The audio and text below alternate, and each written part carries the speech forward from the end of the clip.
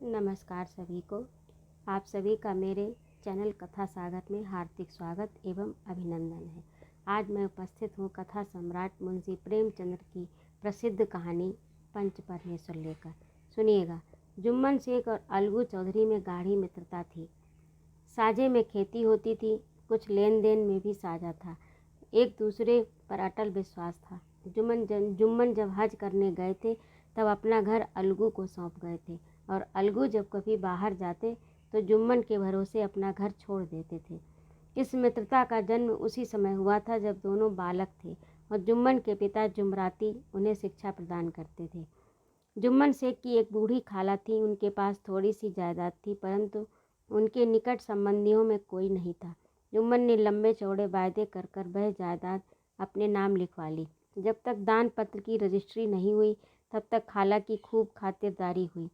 स्वादिष्ट पदार्थ खिलाए गए। रजिस्ट्री की मोहर लगते ही इस खातिरदारी पर भी मोहर लग गई। जुम्मन की पत्नी करीमन रोटियां देने के साथ कड़वी बातें भी सुनाने लगी। जुम्मन शेख भी निठुर हो गए। उस दिन खाला ने सब कुछ सुना सहा, पर जब सहा न गया तब जुम्मन से शिकायत की। जुम्मन ने गृह स्वामिनी के प्रबंध में दखल देना उचित नहीं समझा। कुछ दिन तक यूं ही रो धोकर काम चलता रहा। अंत में एक दिन खाला ने कहा, बेटा तुम्हारे साथ मेरा निवाह नहीं होगा, तुम मुझे रुपए दे दिया करो, मैं अलग पका खा लूँगी। जुम्मन ने धृष्टता के साथ उत्तर दिया, रुपए क्या यहाँ फलते हैं? खाला बिगड़ गई। उन्होंने पंचायत करने की धमकी दी। जुम्मन बोले, हाँ जरूर पंचायत कर लो, फैसला हो जाए। मुझे भी रात दिन की ये खटपट पसंद नहीं है। एक दिन संध्या के समय एक पेड़ के नीचे पंचायत बैठी। जुम्मन शेख ने पहले से ही सारा प्रबंध कर रखा था।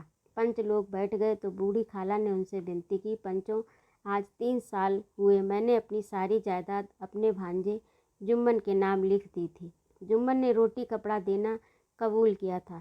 साल भर तो मैंने रो धोकर इसके साथ काटा, पर अब सहा नहीं जाता। मुझे न पेट की रोटी मिलती है न तन का कपड़ा। मैं बेसहारा हूँ। तुम लोग जो राह निकाल दो उसी राह पर चलो। मैं पंचों की बात सिर माथे चढ़ाऊंगी। सरपंच किसे बनाया जाए? इस प्रश्न पर जुम्मन शेख और खाला जान में कुछ कहा सुनी हो गई।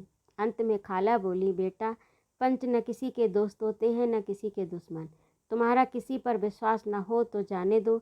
अलगू चौधरी को तो मानते हो, लो मैं उन्हीं को सरपंच मानती हूँ। जुम्मन शेख आनंद से फूल उठे, परंतु मन के भावों को छिपाकर बोले, चलो अलगू चौधरी ही सही। अलगू चौधरी सरपंच हुए। उन्होंने कहा, शेख जुम्मन हम तुम पुराने दोस्त हैं, मगर इस समय तुम और बूढ़ी खाला दोनों हमारी निगाह में बराबर हो। जुम्मन ने कहा, खुदा गवाह है आज तक मैंने खाला जान को कोई तकलीफ नहीं दी। अलगू चौधरी ने जुम्मन से जिरह शुरू की। जुम्मन चकित थे कि अलगू को हो क्या गया है। अभी तो ये मेरे साथ बैठे थे, अब इतने प्रश्न मुझसे क्यों पूछते हैं? जुम्मन ये सब सोच ही रहे थे कि अलगू ने फैसला सुनाया। जुम्मन शेख, पंचों ने इस मामले पर विचार किया। उन्हें ये उचित मालूम होता है कि खाला जान को माहवार खर्चा दिया जाए, बस यही हमारा फैसला है। अगर खर्च देना मंजूर न हो तो रजिस्ट्री रद्द समझी जाए। फैसला सुनते ही जुम्मन सन्नाटे में आ गए। अलगू के फैसले की सभी लोगों ने प्रशंसा की। इस फैसले से अलगू और जुम्मन की दोस्ती की जड़ हिल गई। जुम्मन को ये फैसला आठों पहर खटकने लगा। वे इस ताक में थे कि किसी तरह अलगू से बदला लेने का अवसर मिले। ऐसा अवसर जल्द ही जुम्मन के हाथ आया। अलगू चौधरी बटेसर से बैलों की एक बहुत अच्छी जोड़ी मोल लाए थे। दैवयोग से जुम्मन की पंचायत के 1 महीने बाद इस जोड़ी का एक बैल मर गया। अब अकेला बैल किस काम का? गांव में समझू साहू थे। उन्होंने 1 महीने में दाम चुकाने का वादा करके चौधरी से बैल खरीद लिया।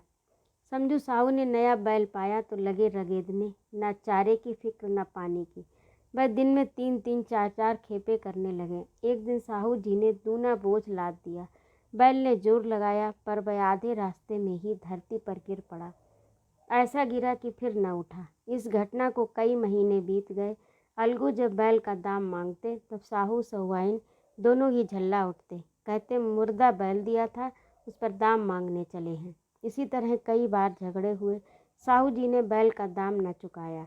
लोगों ने साहू जी को समझाया भाई पंचायत कर लो, जो कुछ तय हो उसे स्वीकार कर लो। साहू जी राजी हो गए। अलगू ने भी हामी भर ली।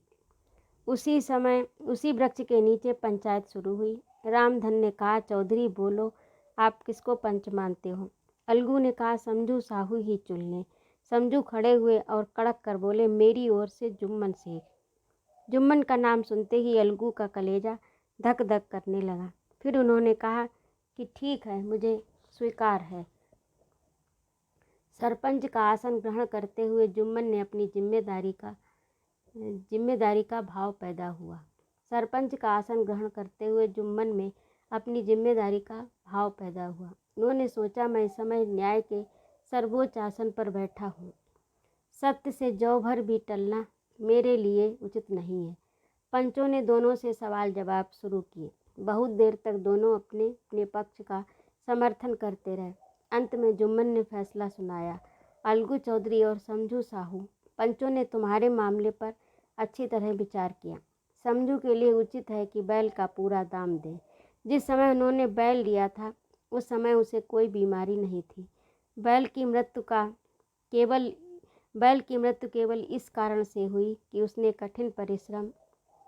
कठिन परिश्रम लिया गया और उसके दाने चारे का प्रबंध नहीं किया गया। अलगू चौधरी फूले न समाये, उठ खड़े हुए और जोर से बोले, पंच परमेश्वर की जय। साथ ही सभी लोगों ने दोहराया, पंच परमेश्वर की जय। थोड़ी देर बाद जुम्मन अलगू के पास आए और उनके गले से लिपट गए। अलगू रोने लगे। इस पानी से दोनों के दिलों का मैल धुल गया। मित्रता की मुरझाई हुई लता फिर से हरी हो गई। तो ये थी कहानी पंच परमेश्वर। आप लोगों को कैसी लगी कमेंट करके ज़रूर बताइएगा और कृपया मेरे चैनल को सब्सक्राइब भी कर दीजिएगा। सादर नमस्कार सभी को।